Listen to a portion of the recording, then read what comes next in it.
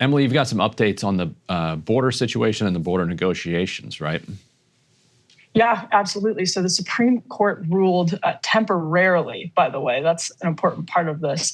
They ruled temporarily to allow the federal government to remove razor wire on the border wall that Texas, the government of Texas, put there. And the government of Texas argued that, the federal government argued that the wire illegally prevented them from managing the border. And we talked last week, Ryan, about the situation with migrants who had drowned. And there was a big back and forth about the razor wire. There was a big back and forth about how Texas is stepping in to what they see as a power vacuum on the border, the federal government sort of allowing mass asylum claims to be made, no remain in Mexico, and people crossing the Rio Grande or crossing in various ways. And Texas wants to sort of step into that power vacuum, but it's created, I think, really legitimate problems. I think Texas even has to concede that these are really legitimate problems. So it's a 5-4 ruling. Amy Coney Barrett and John Roberts are part of the 5. And again, this is temporary. This is still being considered in the 5th Circuit. So there will be more decisions on this, but the Supreme Court stepped in and said temporarily the federal government can cut this razor wire, essentially. Tucker Carlson, we have some reaction from him. This is what Tucker tweeted. He said, "So it's unanimous. Everyone in power, from the White House to the hedge fund managers to the Supreme Court of the United States, has decided to destroy the country by allowing it to be invaded. That leaves the population to defend itself. Where are the men of Texas? Why aren't they protecting their state and the nation?" Chip Roy, obviously a big Freedom Caucus guy, he called on Texas officials to just completely ignore the ruling. He said, quote, "They have a duty under the Constitution and every other norm of leadership of any sovereign state to protect your citizens, period, full stop. There is no exception to that. And if the Supreme Court wants to ignore that truth, which a slim majority did, Texas still had the duty, Texas leaders still have the duty to defend their people." Now, let's put this Politico headline up on the screen. This comes as a bipartisan border deal is being considered, and Chris Murphy signaled to Politico that the talks were, quote, largely done. What we know from that is you have Chris Murphy, Lankford, Sinema, some of these very leadership, center right, center left, people in the Senate coming together and trying to get a border package done. And what we know is that they've talked about capping daily entries. They've talked about restricting asylum, and they've also talked about restricting parole, which, according to Politico, is one of the hot items. Is like, what are the presidential parole authorities that's being debated? Chris Murphy says they've kind of come together on that question, but we have absolutely no idea what this, it reminds me of what we talked about with Sam Goodall last week, Ryan, the lobbying. We did a segment about how the wealthiest caucuses and the wealthiest districts are the ones that are part of the bipartisan caucuses, and the people who stress cooperation and all of that and get wonderful media treatment. We actually have no idea what these centrists, Kirsten Sinema, Lankford, Chris Murphy, we have no idea what they're doing. So all of this could mean so many different things. And if it's just spending more to have more fun little drones on the border, that's not going to do a lot. If there are serious changes to asylum policy, maybe that would do more. We have no idea at this point, and I don't think I have any trust in them that they're going to do something significant, because neither side wants to do something significant. And what's going to happen, and it has been happening, Ryan, I'll just recall this really brief story. Because of how Byzantine this bureaucracy at the border is, human lives are getting caught up in it. And the way that this has been kicked to the courts, because Congress is too afraid to act, because the president has taken authorities that I think are questionable. I'm not talking about the cutting the razor wire. I think actually there's a legitimate dispute of constitutional powers there. And I understand what Chip Roy is saying, because Texas's citizens actually are really in the crosshairs of this. So it makes sense. At the same time, Texas has a federal border. So there's a very substantive and interesting kind of constitutional conversation happening on that level. But this is just briefly, I've told you about this, Ryan, when Title 42 was being kicked back and forth in the courts. It was such a sad and awful situation.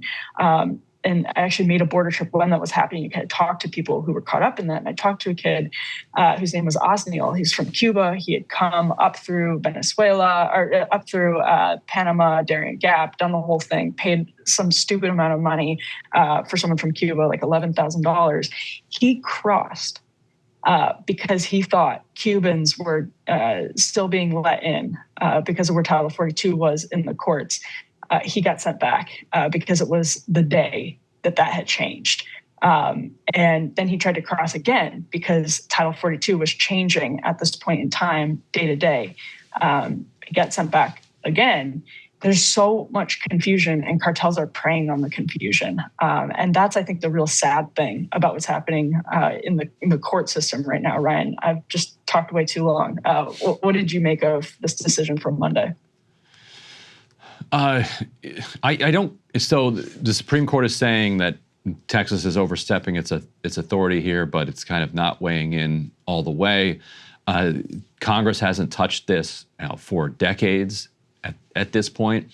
I'm curious how serious you think these negotiations are, because while the White House seems to have a significant amount of incentive to kind of go against its base and go against what it has said its values are on immigration for a very long time, and cut a deal for political reasons in the midst of a presidential campaign.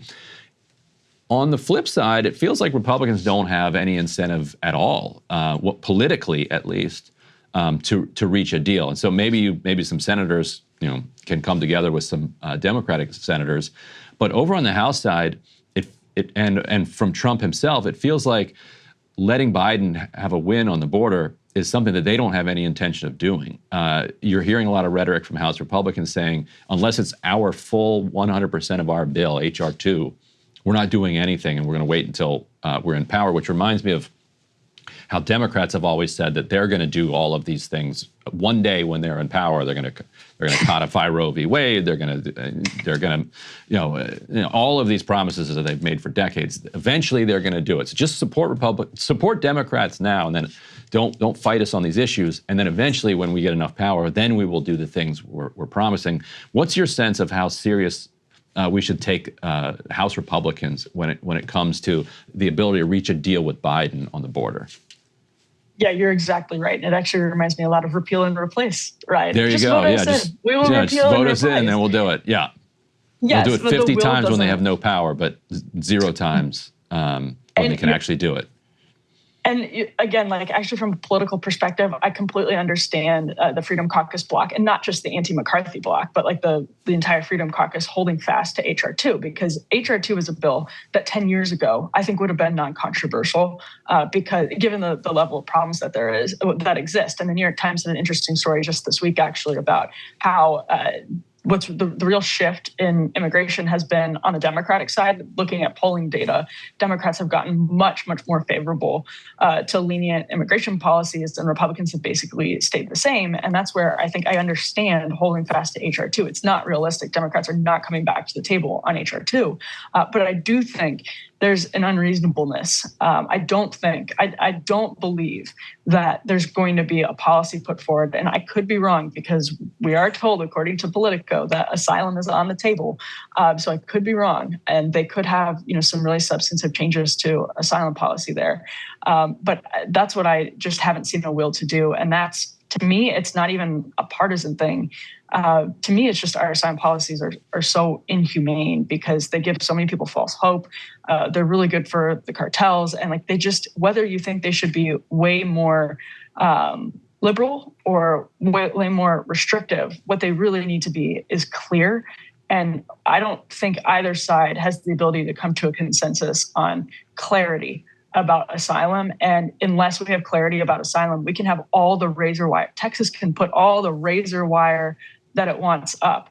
More people are still going to be hurt. More people are going to cross. The only interesting thing I'll add is Todd Bensman, who's been on the show before, reported at the New York Post that he had a source who shared numbers with him showing that crossings have dipped significantly in the last couple of weeks. And the theory is that Biden has struck a deal with AMLO and with Mexico.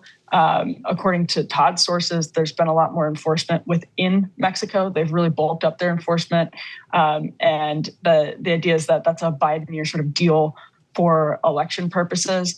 If that's true, and if Mexico is enforcing their own policies and is being more careful about, for example, the train that has basically been very loosely policed, the trains that come up carrying migrants, that's good because people need to stop taking these awful trips to the Darien Gaps where they're dying, where people are being raped en masse. It's just horrific. I don't know, Ryan. I don't know. I think what we need is clarity, and I don't think we're going to get any clarity. So I'm pretty cynical on that. Yeah, cynicism on this issue sounds about right at this point, definitely from a political perspective. Before we bring Sagar back for a very exciting debate over Barbie and the Oscars, clarification / possible correction, we'll see. So earlier in the show, I had said that we would know by tonight or tomorrow, a lot of who these remaining write-in votes are for. Cenk Uygur told Crystal apparently that he's now being told that they're not going to release these numbers. There was pressure, from Democratic Majority for Israel, a super PAC, on the New Hampshire Secretary of State not to release the number of people who voted. Who wrote in ceasefire. The word from the New Hampshire Secretary of State, however, earlier this week was that they would be releasing these figures.